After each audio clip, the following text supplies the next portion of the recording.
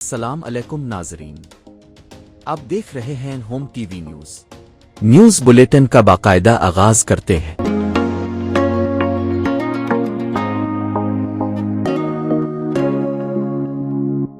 वज़ीर-ए-आज़म शहबाज शरीफ अमरीका के दौरे के बाद लंदन पहुंच गए। नायब वज़ीर-ए-आज़म इसहाक डार और वज़ीर इत्तलात अता तारड़ भी हमरा हैं।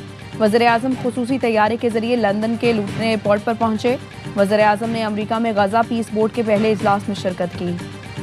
कोई पार्टी रहनुमा नहीं कह रहा कि हम बानी पीटीआई के इलाज में रुकावट हैं। ये बातें मोहसिन नकवी और तारड़ साहब कर रहे हैं।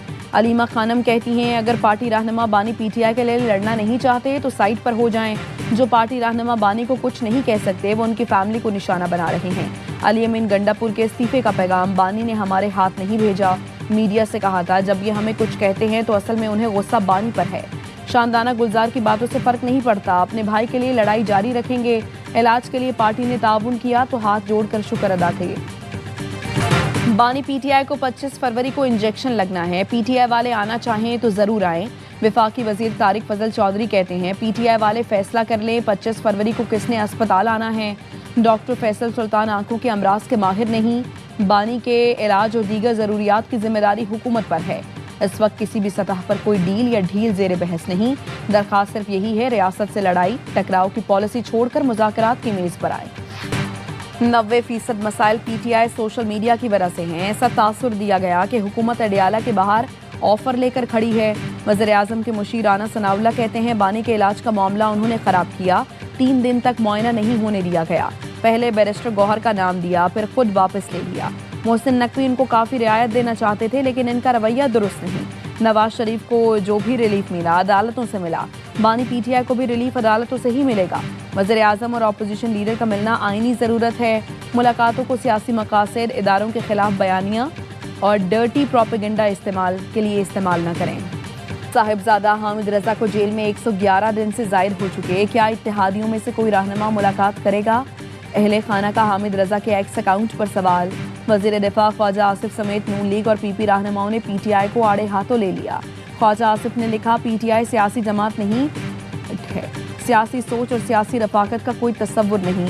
बानी पीटीआई के सिवा हर लीडर को गालियां पड़ चुकी और पड़ती रहेंगी। इन सब में कदर मुश्तरक है कि चाहते हैं बानी अंदर रहे, उनकी दुकानें खुली रहें। नासिर हुसैन शाह ने लिखा, हमारी हमदर्दी आपके साथ है। आप उनसे तवक्को कर रहे हैं जो पार्टी नहीं फैन क्लब है। क्लब को एक शख्स के सिवा कुछ नजर नहीं आता। बैरिस्टर अकील मलिक, हिना परवेज भट्ट और सहर कामरान ने भी पीटीआई क़यादत को तनकीद का निशाना बनाया। सुप्रीम कोर्ट ने सिंध हाई कोर्ट का शनाख्ती कार्ड ब्लॉक करने का हुक्म गैर कानूनी करार दे दिया। जस्टिस मुनीब अख्तर ने फैसले में लिखा, किसी को शनाख्ती कार्ड से महरूम करना बुनियादी हक छीनने के मुतरादिफ है। ज़ाब्ता दीवानी के सेक्शन 51 के तहत शनाख्ती कार्ड ब्लॉक करने की कोई गुंजाइश मौजूद नहीं। कानून में वाज़ेह हुक्म के बगैर कोई भी अदालत किसी का शनाख्ती कार्ड ब्लॉक नहीं कर सकती। क्या कल अदालतें रकम की वापसी के लिए बिजली और पानी के कनेक्शन काटने का हुक्म भी देंगी? रकम की अदम अदायगी पर ट्रायल कोर्ट ने दरखास्त गुजार का शनाख्ती कार्ड ब्लॉक करने का हुक्म दिया था। सादिकाबाद के कच्चे में पुलिस का ऑपरेशन, मजीद 2 डाकुओं ने सरेंडर कर दिया। डीपीओ का कहना है, इश्तिहारी हमजा इंधड़ पर 25 लाख रुपए इनाम मुकर्रर था। डाकू इरफान अब्बासी दर्जन से ज़ायद मुकदमात में मतलूब था। आईजी पंजाब की ज़ेर सदारत कच्चे के ऑपरेशन से मुताल्लिक़ इजलास। आईजी ने कहा, हुकूमती रेट बरकरार रखेंगे, शरपसंद अनासर को दोबारा कदम जमाने नहीं देंगे।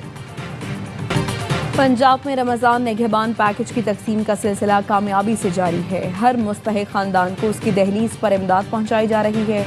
वज़ीर इत्तलात पंजाब अस्मा बुखारी कहती हैं कि पी हुकूमत अभी तक रमज़ान पैकेज की तकसीम तो दूर ऐलान तक नहीं कर सकी। उनके लिए बानी की आंख, दांत और जेल में आसाइशें अहम हैं। उनका फोकस रमज़ान से ज़्यादा रिहाई फोर्स और नया फितना फैला रहे हैं। कराची और अंगी टाउन रहमत चौक में इंतजामिया की गफलत, छोटा बच्चा नाले के टूटे हुए हिस्से में गिर गया।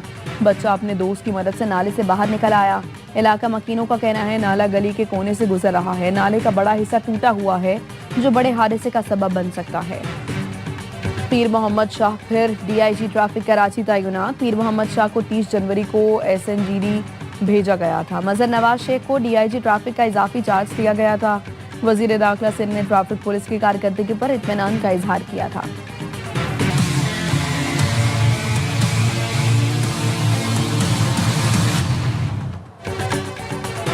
टैंकर से पानी मिल रहा है, लाइन से क्यों नहीं दिया जा रहा? इसका मतलब है पानी मौजूद है लेकिन लाइनों के जरिए नहीं दे रहे।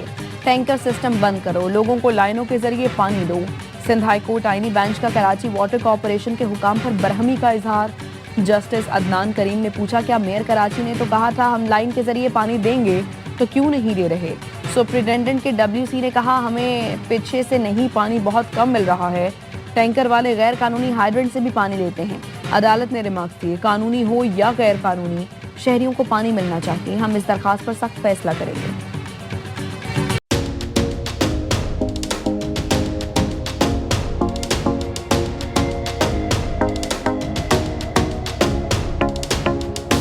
Deputy commissioner Sharqi Nasrullah Abbasi assistant commissioner Gulshan Saleem Gadani साथ कीमत और मेयार चेक कर रहे।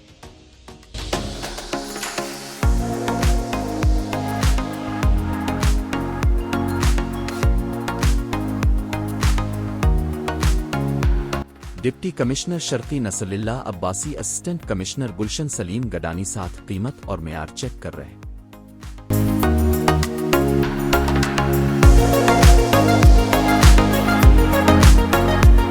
Additional commissioner one Noon Ghulam Shah शिकायती मरकज का मुआयना कर रहे हैं।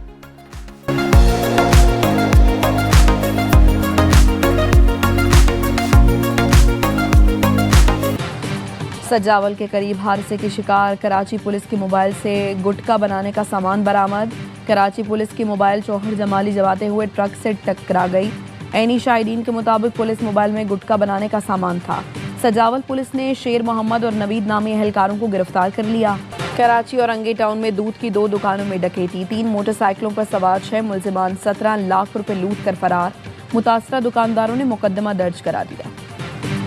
रमज़ान शुरू होते ही कराची में भिखारियों की अलगार। गदागरों ने शहर को 30 दिन के लिए अपना मस्कन बना लिया। होटलों, शॉपिंग सेंटर, बस अड्डों, मस्जिदों में बड़ी तादाद में हर आने जाने वाले से भीख मांगते हैं। तफरीही मकामात पर भिखारी गिरोह सरगर्म। शहरियों का सुकून मुतासर, इंतज़ामिया खामोश। शहरियों ने मुतालबा किया है पेशावर गदागरी के खिलाफ कार्रवाई की जाए।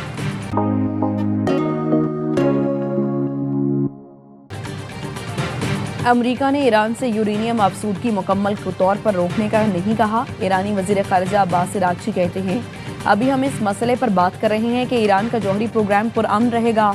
ईरान ने हमेशा कहा किसी भी हालत में आफसूदगी को मुकम्मल नहीं रोका जाएगा।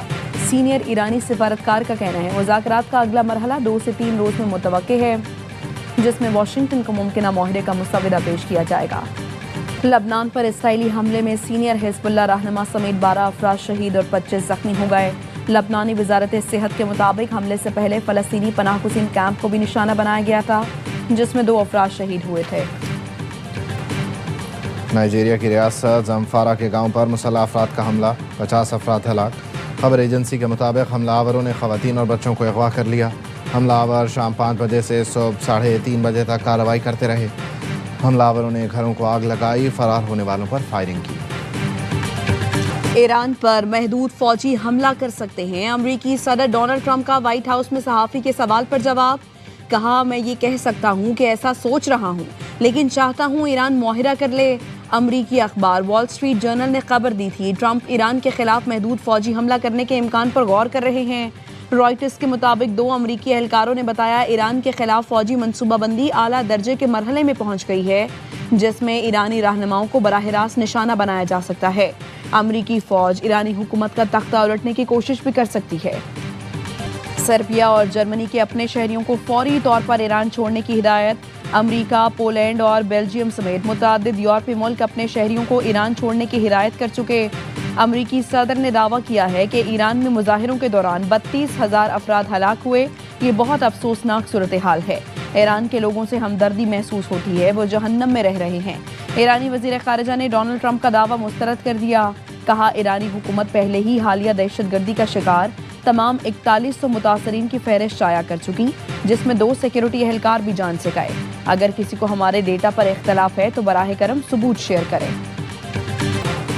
अमेरिकी सुप्रीम कोर्ट के फैसले के बाद सदर ट्रंप का नया इक़दाम, तमाम ममालिक पर 10% ग्लोबल टैरिफ लगा दिया। सदर ट्रंप ने टैरिफ से मुतालिक एग्जीक्यूटिव ऑर्डर पर दस्तखत कर दिए। तर्जुमान व्हाइट हाउस के मुताबिक ट्रैफिक का इत्तलाक, 24 फरवरी से होगा।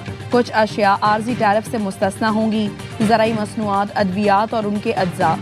बाज़ इलेक्ट्रॉनिक्स अशिया पर इस्तिस्ना होगा। करेंसी में इस्तेमाल होने वाली धातें, ईंधन और तवानाई की मसनूआत भी शामिल हैं।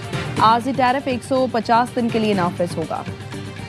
The Supreme Court's ruling on tariffs is deeply disappointing, and I'm ashamed of certain members of the court, absolutely ashamed, for not having the courage to do what's right for our country. अमरीकी सदर Donald Trump supreme court पर Barham. Tariff के खिलाफ अदालती फैसले को शर्मनाक और मायूस कुन करार दे दिया। कहा जजों ने अमरीकी मफादात को नजरअंदाज किया। अदालती फैसले के खिलाफ प्लान बी मौजूद है। टैरिफ अमरीका को अजीम बनाता है। ये अमरीका की कौमी सलामती का मामला है। मेरे पास मजीद मजबूत इख्तियारात भी हैं। फैसले पर वो मुल्क बहुत खुश हैं जो बरसों से अमरीका को लूट रहे हैं। अमरीकी सुप्रीम कोर्ट ने ट्रंप टैरिफ को कलअदम करार दिया था। फैसले में कहा गैर मुल्की तिजारती शराकतदारों पर टैरिफ गैर कानूनी है। ट्रंप ने इख्तियारात से तजावुज़ किया। अदालती फैसले के बाद अमरीकी स्टॉक मार्केट में तेजी। वॉल स्ट्रीट पर कारोबार मुस्बत जोन में बंद हुआ।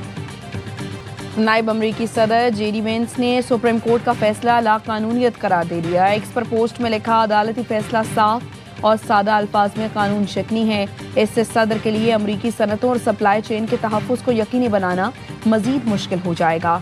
ट्रंप के पास टैरिफ आयद करने के दीगर कई इख्तियारात मौजूद हैं।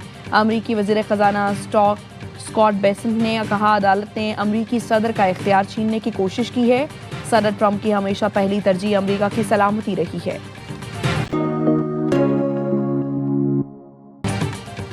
T20 वर्ल्ड कप का सुपर 8 मरहला आज से शुरू होगा। पाकिस्तान और न्यूजीलैंड मद्दे मुकाबिल आएंगे। मैच शाम 6:30 बजे शुरू होगा। कोलंबो में गुज़श्ता रोज़ बारिश की वजह से प्रैक्टिस सेशन मनसूख। आज दोपहर 1 बजे के बाद हल्की बारिश की पेशगोई। श्रीलंकन महकमे मौसमियात का कहना है पाकिस्तान और न्यूजीलैंड का मैच मुतासर नहीं होगा। T20 वर्ल्ड कप के हेड टू हेड मुकाबलों में पाकिस्तान को न्यूजीलैंड पर बरतरी हासिल। हेड कोच माइक हेसन कहते हैं न्यूजीलैंड से अच्छे मुकाबले की तवक्को है। प्रेमदासा स्टेडियम में स्पिनर्स का किरदार अहम होगा। उस्मान तारिक ऐसा बॉलर है जो अटैक और डिफेंस दोनों में काम आता है। कीवी बल्लेबाज मार्क चैपमैन ने कहा उस्मान तारिक समेत पाकिस्तान के तमाम स्पिनर खतरनाक हैं। पाकिस्तान के खिलाफ काफ़ी क्रिकेट खेली है, उनकी स्ट्रेंथ का अंदाजा है। और मादरी जुबान का आलमी दिन आज मनाया जा रहा है। यूनेस्को ने 1999 में 21 फरवरी को मादरी जुबानों का दिन मनाने का ऐलान किया था। इस वक्त दुनिया भर में तकरीबन 7000 जुबानें बोली जाती हैं। सदर आसिफ जरदारी का कहना है मादरी जुबान का आलमी दिन जुबान की अहमियत को उजागर करता है। उर्दू बतौर जुबान हमारी वफाकी इकाइयों को जोड़ती है। जदीद टेक्नोलॉजी के जरिए मादरी जुबानों को फरोग दिया जा सकता है। मजीद खबरों के लिए देखते रहिए होम टीवी न्यूज़।